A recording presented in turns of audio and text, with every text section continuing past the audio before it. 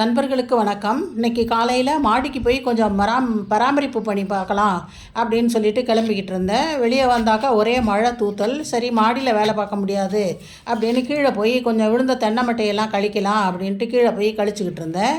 அப்போ எங்கள் டாக்டரின்லாம் அத்தைன்னு கூப்பிட்டாங்க. என்னம்மா இது மழை பெய்யுது வாங்கன்னு கூப்பிடுவாங்கன்னு இருந்தேன். இல்லை அத்தம்மா, மாடியில் ஒரே கலையபரமாக இருக்குது, வந்து பாருங்கள் அப்படின்னு சொன்னாங்க. மேலே போய் பார்த்தா இந்த வேலையெல்லாம் நடந்துக்கிட்டு இருக்குது பாருங்கள். ஒரே ஆட்டம் விளையாட்டு. என்னை பார்த்து பயப்படவே இல்லை. நான் போகையிலே இந்த செல்ஃபோனை கையில் எடுத்துகிட்டு போயிட்டேன் படம் பிடிக்கிறதுக்கு. என்ன விளையாட்டு பாருங்கள். அங்கே மழை தூறுதுன்னு தென்னை மரத்துக்கு கீழே உட்காந்து ஒரே பேன் பார்த்துக்கிட்டு இருந்தாங்க. என் பேரன் வந்து கீழே வந்துடுங்க, ரொம்ப மழை பெய்யுது, குரங்கு கடிச்சிரும் அப்படின்னு சொன்னான். அதை கூட அதுங்க கண்டுக்கவே இல்லை.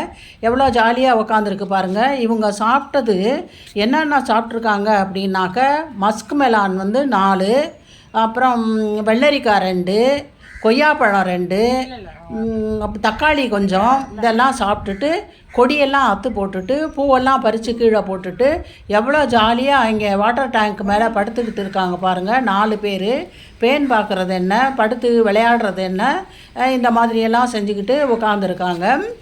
இப்போ நீங்கள் வந்து அடுத்து இந்த மஸ்க் மெலான் செடி இருந்தது அப்படிங்கிறத பார்க்கலாம்.